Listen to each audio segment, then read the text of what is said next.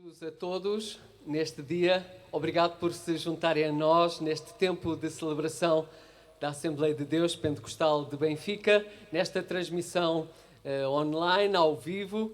E é um prazer estarmos todos juntos para este tempo de testemunho e de pregação das boas novas do Evangelho de Jesus Cristo. Hoje estamos aqui de um modo diferente, com os nossos dois filhos, o André e a Beatriz, e é um prazer juntar-nos também com os irmãos da técnica que estão aqui e com todos os que estão em casa. Se for oportuno, junte a sua família e todos vamos juntar-nos neste tempo de celebração, de pregação que vamos fazer cantando, também ouvindo a palavra de Deus nesta manhã que tanto precisamos nestes dias e para a nossa nação, também para a nossa cidade, para a nossa freguesia, onde quer que estejamos, nós precisamos de ouvir e de receber a palavra de Deus na nossa vida. Uma vez mais, muito obrigado por se juntarem a nós e vamos celebrar a Deus neste dia. Sejam bem-vindos.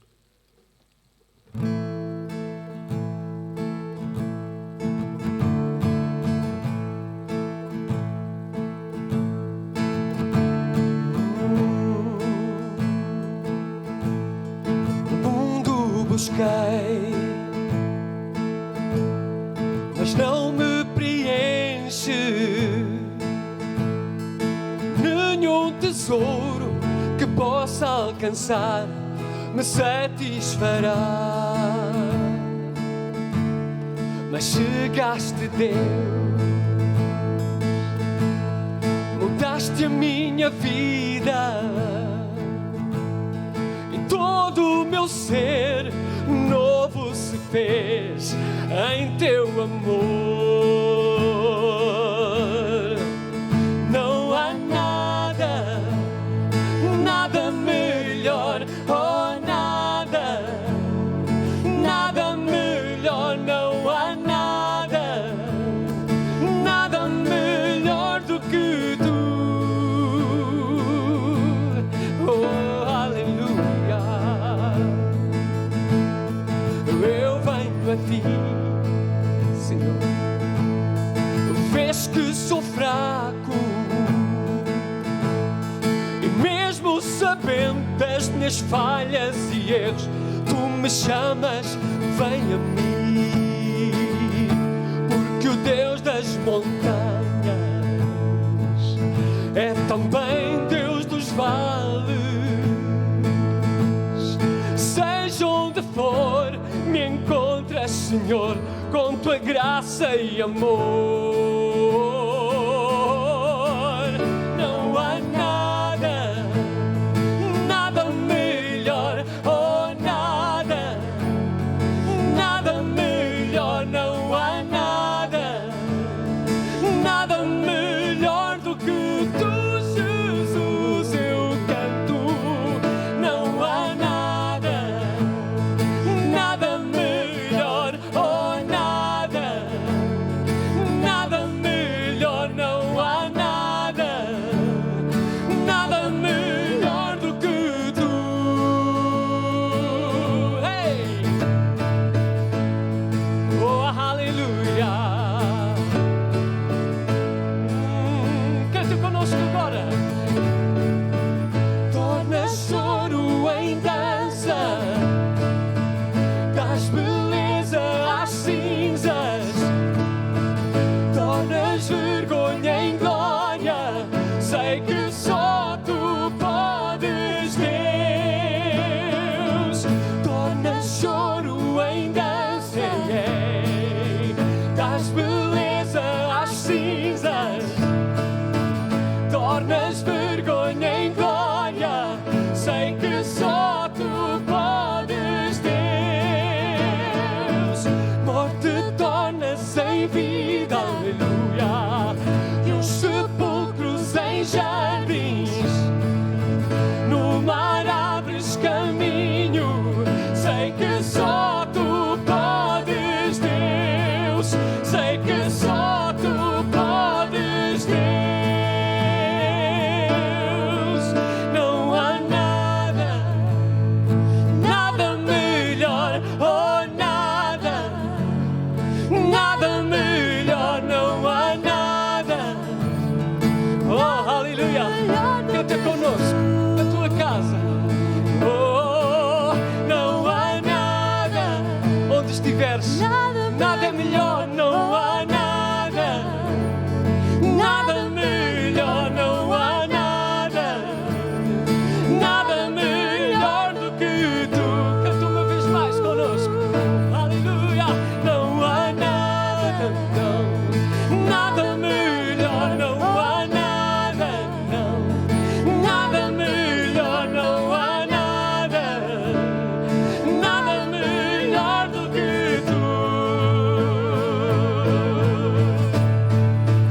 Morte torna-se em vida. Aleluia. E os sepulcros em jardins. No mar abres caminho. Sei que só tu podes, Deus. Morte torna-se em vida. E os sepulcros em jardins. No mar abres caminho. Sei que só tu podes, Deus. Sei que só tu podes, Deus. Sei que só tu podes, Deus.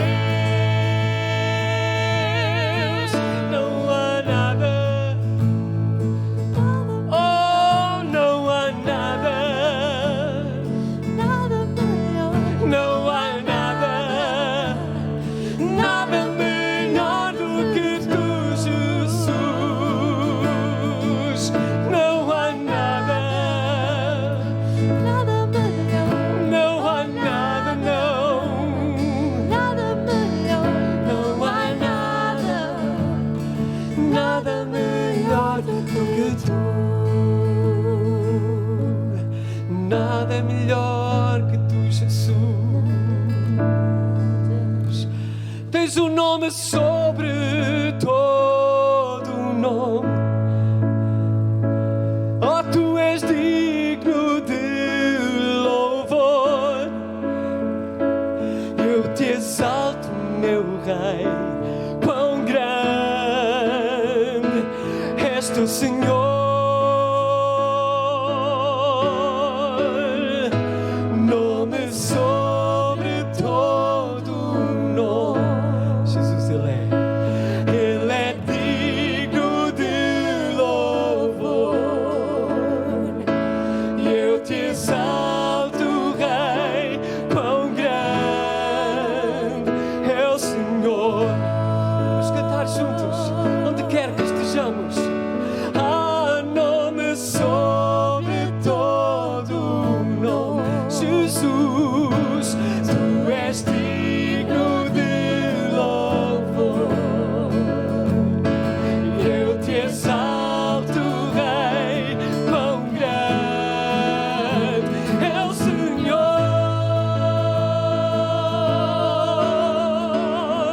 Nome sobre todo nome.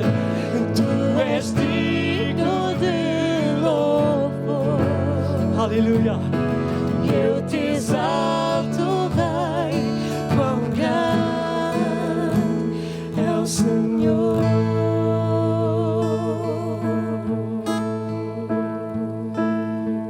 Para sempre exaltado é, para sempre adorado é, para sempre Ele vive, ressuscitou,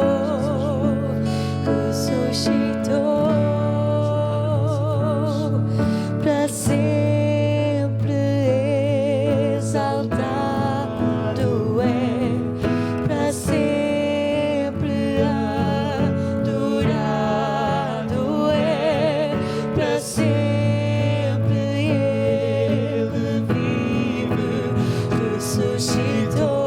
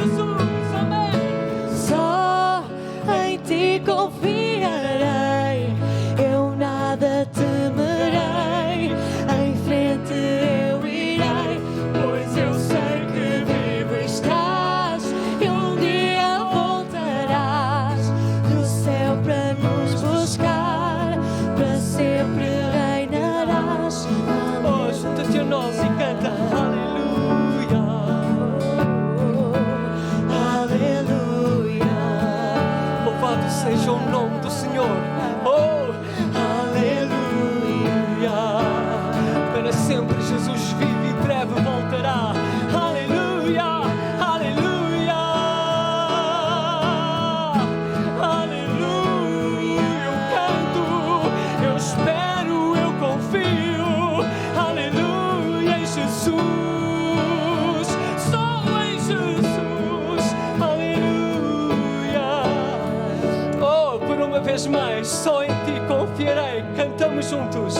Só em Ti confiarei, eu nada temerei.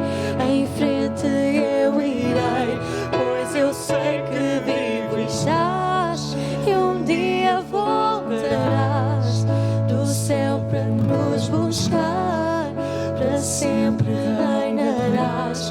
Aleluia. Jesus é fiel. As suas palavras jamais passarão. Ai, nós podemos confiar nele, podemos refugiar-nos nele, correr para ele, porque ele é o nosso socorro quando nós clamamos. Ai, ele é a nossa alegria quando nele esperamos. Aleluia. Obrigado, Jesus, porque o teu nome é maior, é sobre todo o nome. Obrigado, Jesus. Aleluia. Nome sobre todo o nome. Jesus, ele é digno de louvor. Eu te exalto, Rei, quão grande é o Senhor. Por isso nós cantamos: quão grande é o Senhor.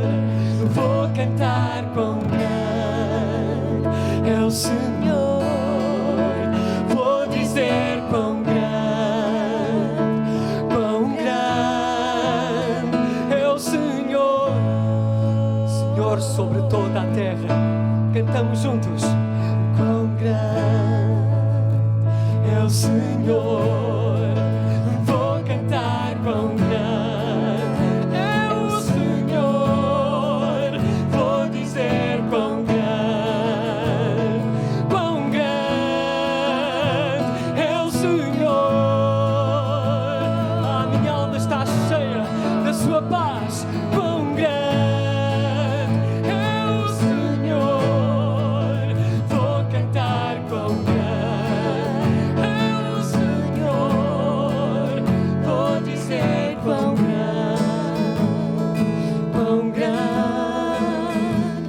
é o Senhor.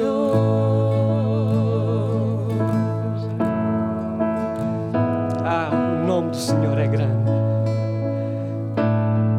imutável, infalível, todo-poderoso.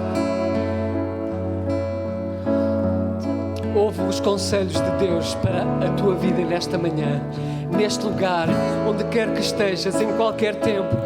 A palavra de Deus é poderosa para nos transformar. Por isso, se te juntaste a nós agora, és bem-vindo. Vem juntar-te a nós e dizer: quão grande é o nome de Jesus para ti. Partilha este tempo, partilha destas boas novas, porque grande é o nome do Senhor. Quer juntar-te a nós uma vez mais? Oh, aleluia! Quão grande é o Senhor. Vou cantar: quão grande é o Senhor. Vou dizer: quão grande é o Senhor. Jesus é o Senhor. Quão grande é o Senhor. Vou cantar: quão grande é o Senhor. Vou dizer: quão grande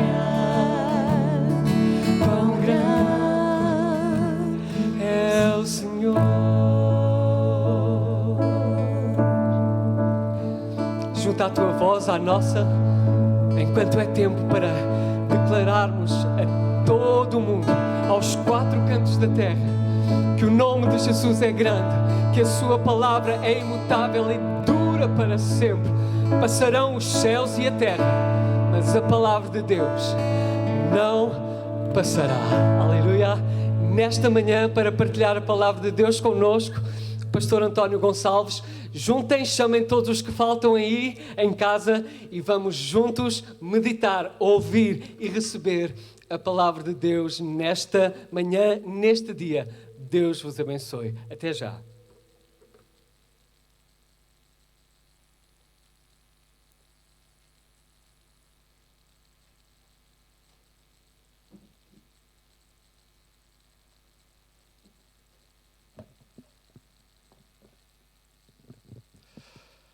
Ora então, bom dia.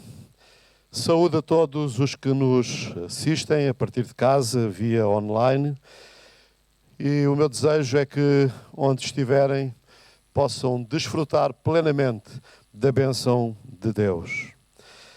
Neste tempo de angústias em que nós estamos a viver, eu gostava de refletir um pouco convosco sobre um dos salmos mais conhecidos da palavra de Deus e um dos mais belos salmos, o Salmo 91. E eu escolhi este salmo para partilhar nesta manhã, porque este é um salmo que é conhecido como o Salmo do Refúgio ou o Salmo da Segurança.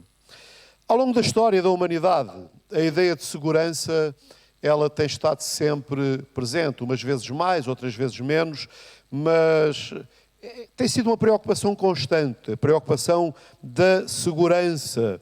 Ainda assim, quando nós estudamos ou analisamos um pouco sobre esta questão da segurança, nós percebemos que o conceito de segurança tem mudado muito ao longo dos anos. Longe vai o tempo, mas os sinais ainda permanecem bem visíveis na nossa terra e por outros lugares por onde andamos. É normal, quando nós viajamos pelo nosso Portugal, nós encontrarmos castelos, encontrarmos fortalezas, encontrarmos alguns lugares de refúgio que foram desenvolvidos durante muito tempo como medida de segurança no passado contra os ataques dos inimigos, dos salteadores ou de outros conquistadores. Então, estavam aí presentes essas manifestações. É interessante que a Bíblia fala inclusivamente de cidades-refúgio, cidades para onde algumas pessoas fugiam para se protegerem quando, por exemplo, elas cometiam um crime involuntário, como, por exemplo, um linhador que estivesse a cortar lenha e o machado saísse e atingisse outra pessoa e ela morresse, ela era passível de morte à luz da lei de então. Então ela fugia para uma cidade refúgio e vivia nessa cidade enquanto o sumo sacerdote da cidade fosse vivo, ela permanecia ali em segurança. Espiada a morte do sumo sacerdote, ele poderia sair em liberdade. Segurança, estamos a falar de segurança. São apenas algumas das formas criadas pelos homens, estas medidas de segurança. Eu lembro-me quando era mais jovem, lembro-me do período da Guerra Fria e lembro-me de ver nos jornais que tanto os Estados Unidos como a Rússia estavam a desenvolver abrigos antinucleares, com medo de uma guerra nuclear. E é óbvio que comprar abrigos antinucleares não era para a população em geral, era só para alguns. Felizmente que esses tempos já pertencem a outra época. Estamos a falar de segurança. A questão da segurança continua a ser uma constante dos governos. Criam-se exércitos, polícias bem treinados e forças especiais de intervenção. Mas, na verdade, ainda assim, a segurança é muito frágil. Nós temos presente os ataques terroristas que são cometidos algumas vezes, em alguns lugares, ultimamente menos, graças a Deus. Mas percebemos também outras situações, como esta que estamos a viver, coisas que nós não podemos controlar. Por mais segurança que nós criemos, acabamos por ficar sempre expostos e com alguma dificuldade em gerir todas estas situações. Outras áreas de segurança são a segurança social, os seguros de poupança, seguros de saúde. Tudo com o propósito de nos fazer sentir confortavelmente seguros. Mas a verdade é que, embora todas estas coisas sejam de primordial importância, sempre estamos expostos a situações que não há segurança que nos valha. Não há segurança que nos valha. Por alguma razão a Bíblia diz que se o Senhor não vigiar a cidade, em vão vigia a sentinela. As sentinelas são postos avançados para proteger. E a segurança é alguma medida criada para proteger. Mas se nós não vivermos na dependência de Deus e confiando na proteção de Deus, a nossa segurança fica sempre muito exposta. De facto, nestes tempos difíceis que estamos a viver, todos desejamos encontrar um refúgio que seja de todo confiável. A palavra de Deus ensina-nos onde encontrar uma segurança constante quando ela diz: Deus é o refúgio dos piedosos. Então, Deus é o nosso refúgio. Os piedosos não são aquelas pessoas maravilhosas.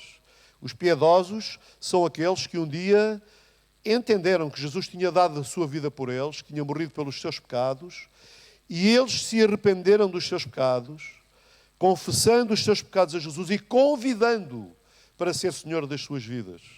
E eles foram purificados do seu pecado. Esses são os piedosos.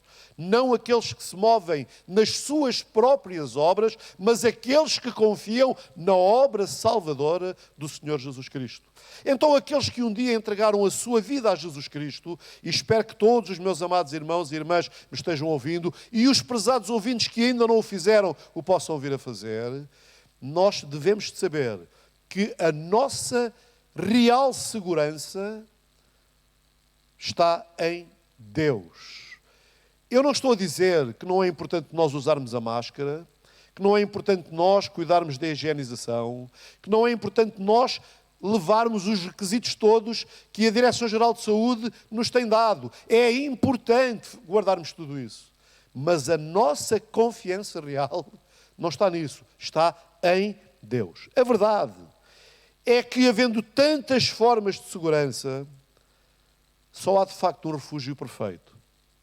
Ao longo dos séculos e de milénios, quando as fortalezas têm fracassado e a aflição e a angústia e a crise se têm estabelecido, os filhos de Deus têm edificado a sua fé através do Salmo 91. Que diz, e eu vou ler numa tradução ligeiramente diferente, que diz: você que se senta na presença do Deus Altíssimo e passa a noite à sombra do Todo-Poderoso, diga assim. E eu já vou dizer o que é que devemos dizer assim. O que o salmista está a dizer é que aqueles que confiam em Deus, aqueles que vivem à sombra do Todo-Poderoso, que vivem na dependência dEle, confiando nele, devem dizer.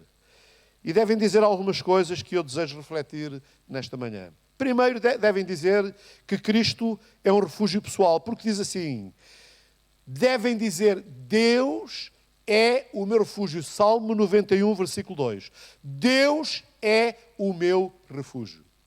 E eu espero que aí em casa todos vocês possam dizer comigo: Deus é o meu refúgio. A fé cristã não é uma teoria, não é o ópio do povo, nem uma filosofia, nem uma muleta para os fracos. A fé cristã está alicerçada numa experiência profunda e pessoal do homem com Cristo. Eu falo por duas razões. Primeiro, porque reconheço que a Bíblia é a palavra de Deus e a verdade. Segundo, e eu digo primeiro a palavra de Deus porque ela está à frente de qualquer experiência humana. Segundo, pela minha própria experiência. E a minha própria experiência só veio confirmar aquilo que a palavra de Deus diz.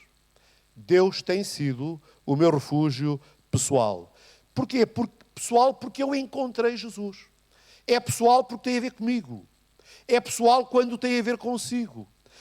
Lembrem-se, por exemplo, quando André, um dos discípulos de Jesus, mais tarde, ele encontrou Jesus, a primeira coisa que ele fez foi procurar o seu irmão Pedro e dizer-lhe: vem, encontramos encontramos o Messias.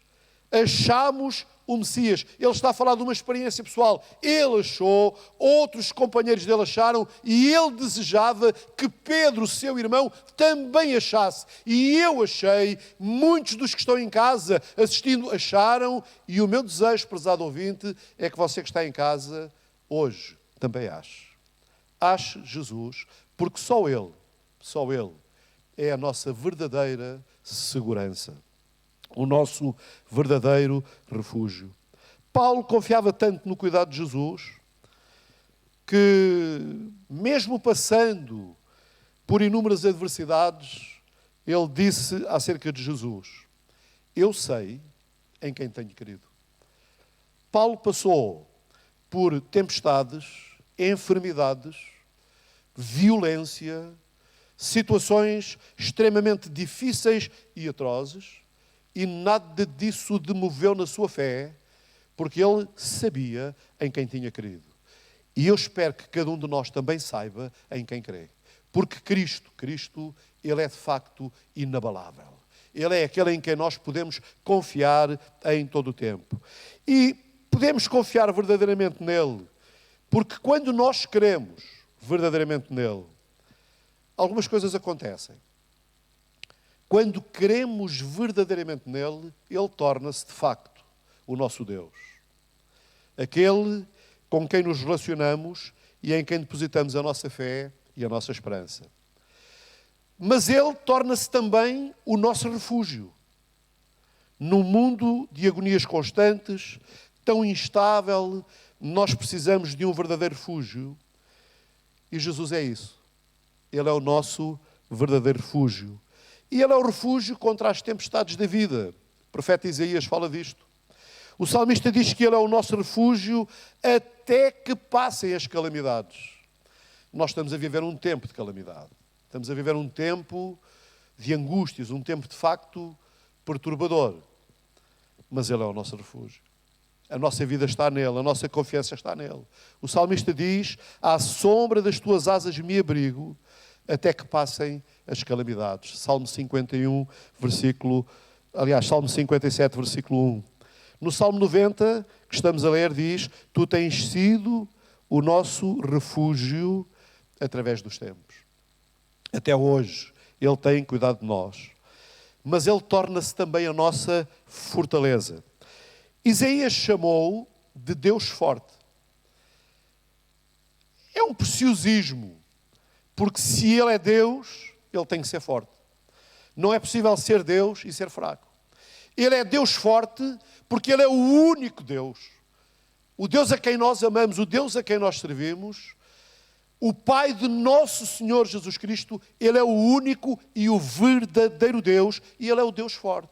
E porque ele é um Deus forte, é um Deus em quem nós podemos confiar. O profeta Zacarias disse que ele nos levantou uma salvação poderosa. Uma salvação tão grande que ele nos levantou. Essa salvação tem um nome. O nome que é sobre todo o nome, Jesus Cristo. Foi ele que veio para ser o nosso Salvador, indo à cruz do Calvário e morrendo pelos pecados de cada um de nós. Jesus disse acerca de si mesmo: todo o poder me foi dado, no céu e na terra. Então, nós confiamos em alguém que não tem algum poder.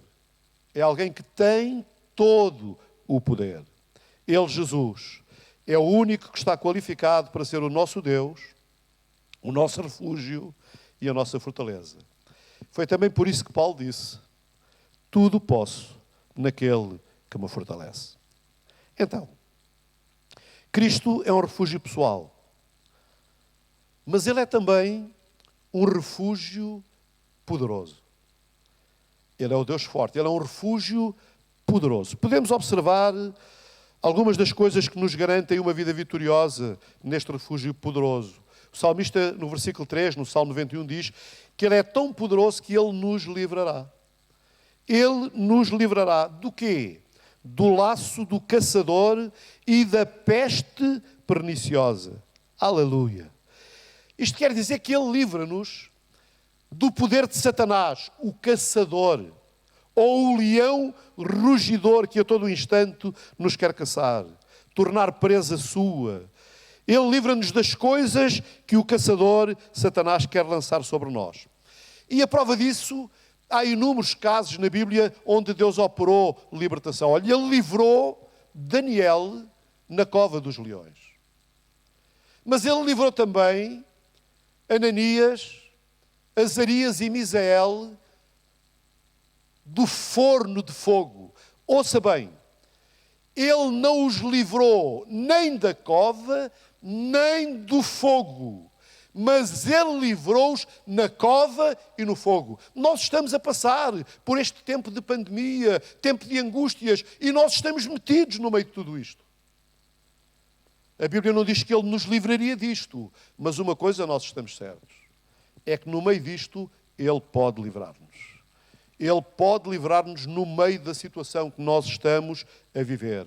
Ele livrou Daniel na cova. Daniel foi lá, os leões estavam lá, mas ele livrou lá na cova. Nenhum leão lhe tocou. Eu até costumo pensar que foi a noite em que Daniel dormiu melhor, porque estava bem guardado e ninguém se iria meter com ele.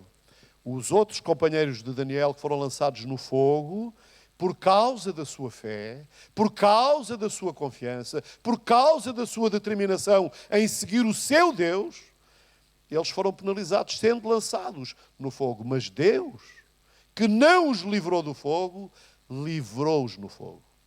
Deus não nos livra do que está a acontecer, mas Deus livra-nos no que está a acontecer.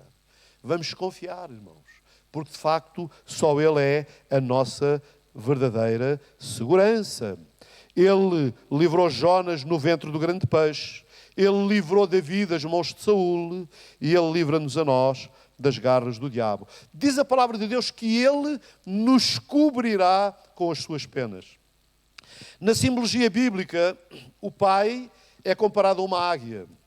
Um texto de Deuteronômio 32, 11 e 12, que diz que como a águia desperta a sua ninhada, move-se sobre os seus filhos, estende as suas asas, toma-os e leva-os sobre as suas asas, assim só o Senhor o guiou e não havia com ele Deus estranho. Como a águia, Deus, o Pai, é comparado como a águia, com as suas poderosas penas. O Espírito Santo, na sua sensibilidade, é simbolizado como uma pomba. E é interessante que Jesus,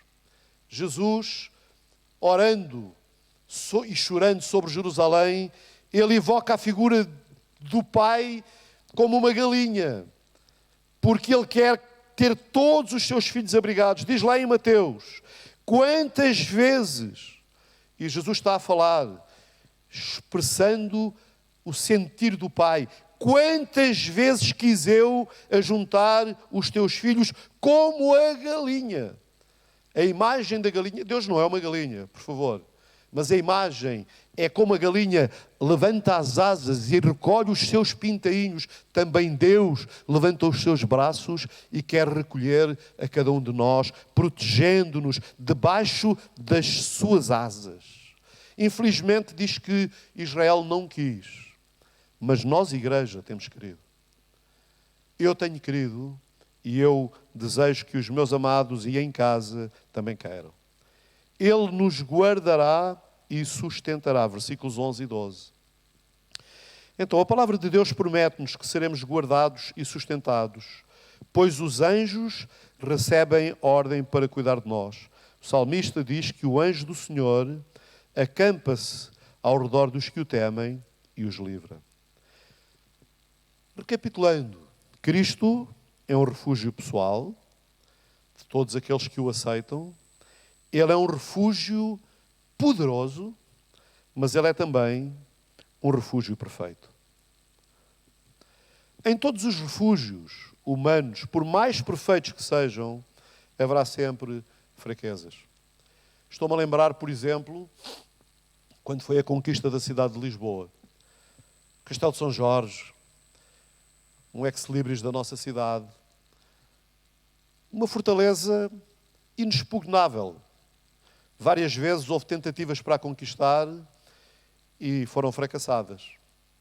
Até que, na última conquista, um homem chamado Martim Muniz adentrou até junto da porta do castelo rapidamente e antes que a conseguissem fechar, ele lançou-se na porta. Ele foi esmagado. Tentaram fechar a porta, mas como ele estava no meio não foi possível. E o castelo foi conquistado pela porta principal. Os conquistadores entraram e dominaram. Por muito perfeitas que sejam as fortalezas humanas, elas sempre terão uma fragilidade, um ponto fraco. Todos os refúgios humanos estão sujeitos a uma fragilidade. Jesus é o refúgio perfeito e verdadeiro. Não há ataque que ele não vença. Não há inimigo que venha sobre nós, estando nós nele, que possa tocar a nossa vida. Enquanto nós permanecemos em Jesus, nós seremos sempre, sempre, sempre vencedores. Veja o que a palavra de Deus diz. Versículo 10. Nenhum mal te sucederá. Este é um segredo contra todos os males. É fruto do cuidado do bom pastor que veio para nos dar vida e vida com abundância.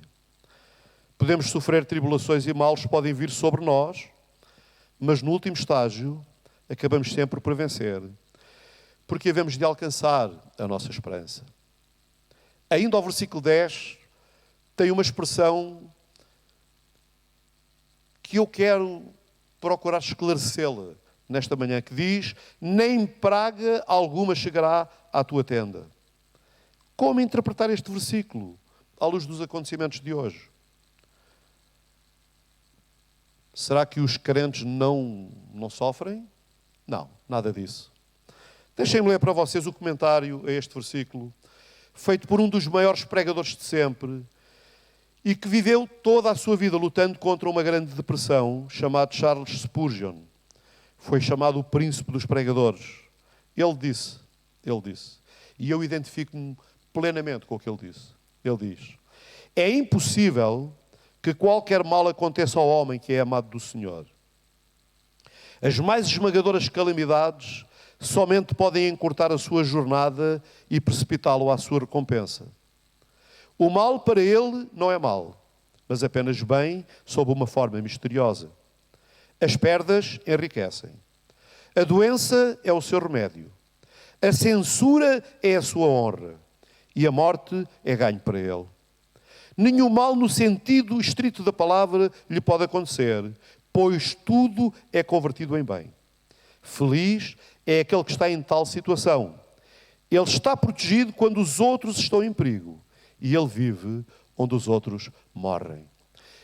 Spurgeon está a falar da esperança do crente. Paulo põe isto numa linguagem diferente, dizendo que viver é lucro e o morrer é ganho. Então, se o viver é lucro e o morrer é ganho, o crente nunca perde. Porque ele lucra em vida e ganha na morte.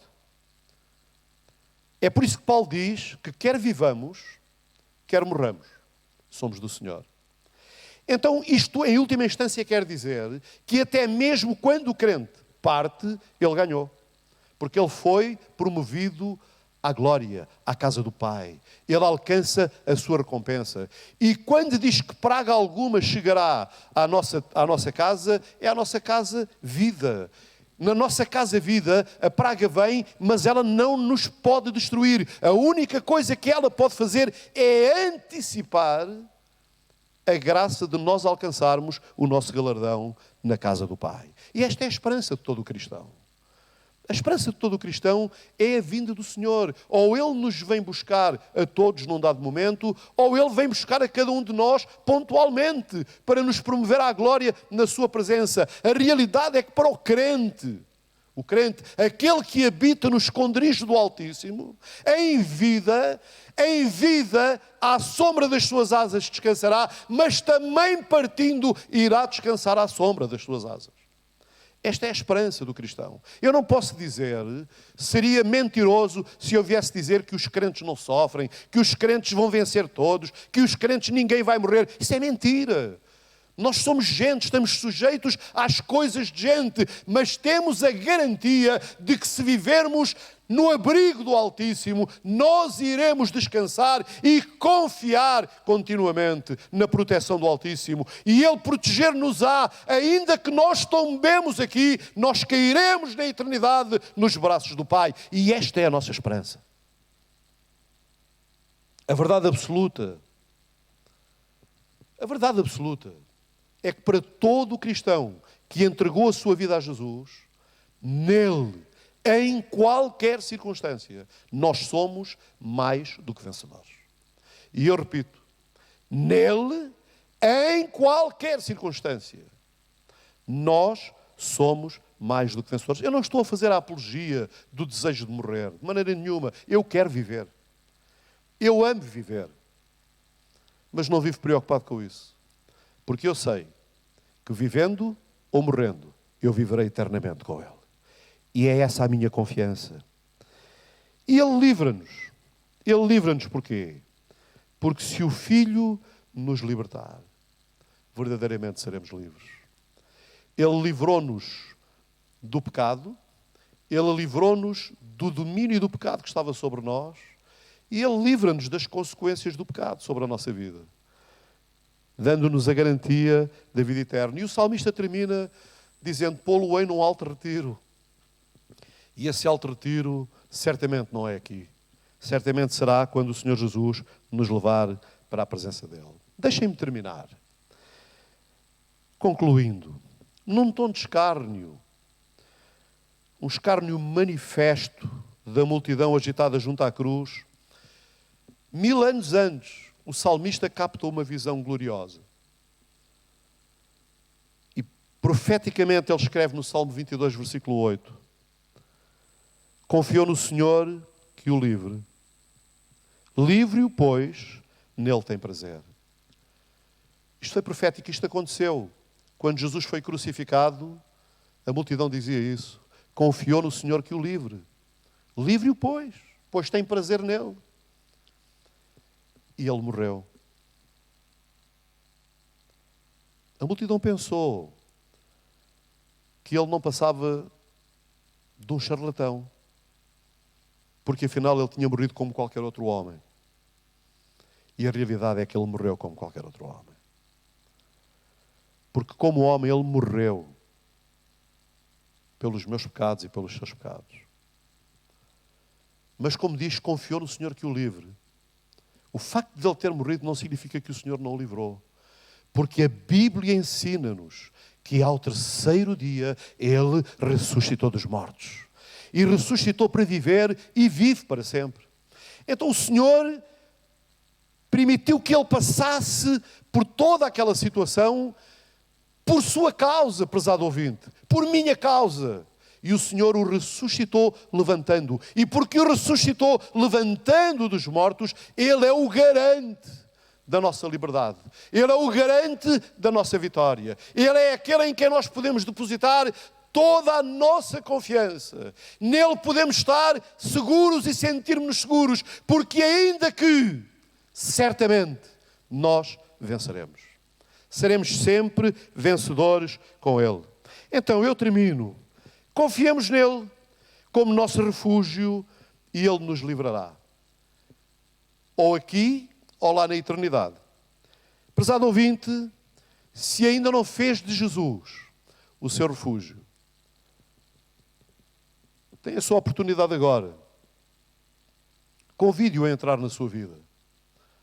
Faça dele o seu Senhor e Salvador. E descanse nele. E descanse nele com esta confiança de que quer vivamos, quer morramos, somos dele. Amados irmãos, me ouvem, fiquem firmes no Senhor. Quer que entendam, eu não estou a fazer aqui o discurso da morte, de maneira nenhuma. Porque a Bíblia diz que tragada foi a morte na vitória. Eu estou a fazer o discurso da vida. Da vida que começa aqui e se prolonga por toda a eternidade. Essa é a vida que Jesus ganhou para nós. Vida abundante. Vida abundante não é ter mais dinheiro. Vida abundante não é nós podermos fazer o que queremos. Vida abundante é nós sabermos que nós somos dele e a nossa vida pertence à eternidade. Ouça, irmão, confie no Senhor, descanse nele, vença aquilo que o quer vencer a si. Mas vença, confiando sempre naquele que tem a vitória para si e para mim. Prezado ouvinte, mais uma vez, dê uma oportunidade a si mesmo e convide Jesus para entrar na sua vida. Eu vou orar por si. Senhor Jesus, nós agradecemos-te pelo teu grande amor para conosco. E agradecemos-te, Senhor, porque, como nós já refletimos nesta manhã, tu tiveste que passar pela cruz, Senhor. E passaste por aquela cruz de uma forma voluntária. Tu disseste: a minha vida ninguém a tira de mim. Sou eu que a dou, tenho poder para dá-la e poder para tornar a tomá-la. Mas aprovo-te a ti dá-la para nos dares uma esperança gloriosa a nós, perdoando os nossos pecados, escrevendo o nosso nome no livro da vida e colocando em nós esta confiança de que nós somos teus. E enquanto aqui vivemos, vivemos confiando em ti. E quando chegar o dia de partir, partiremos com confiança em ti. Para ti toda a honra e toda a glória. E eu oro, Senhor, para que tu ministres no coração daqueles que me ouvem, para que de alguma forma também eles abram o seu coração e te recebam como Senhor e Salvador. E possam viver a sua vida aqui, descansando em ti, sabendo que quando chegar o dia de irem, eles irão para ti. Muito obrigado, Pai, no nome de Jesus. Termino desejando a cada um de vocês as mais ricas bênçãos de Deus e ouçam. Cumpram as ordens, respeitem o que tem sido pedido. Todas as medidas de segurança são importantes, mas nunca esqueçam que a maior segurança é nós permanecermos em Jesus. Deus ricamente vos abençoe.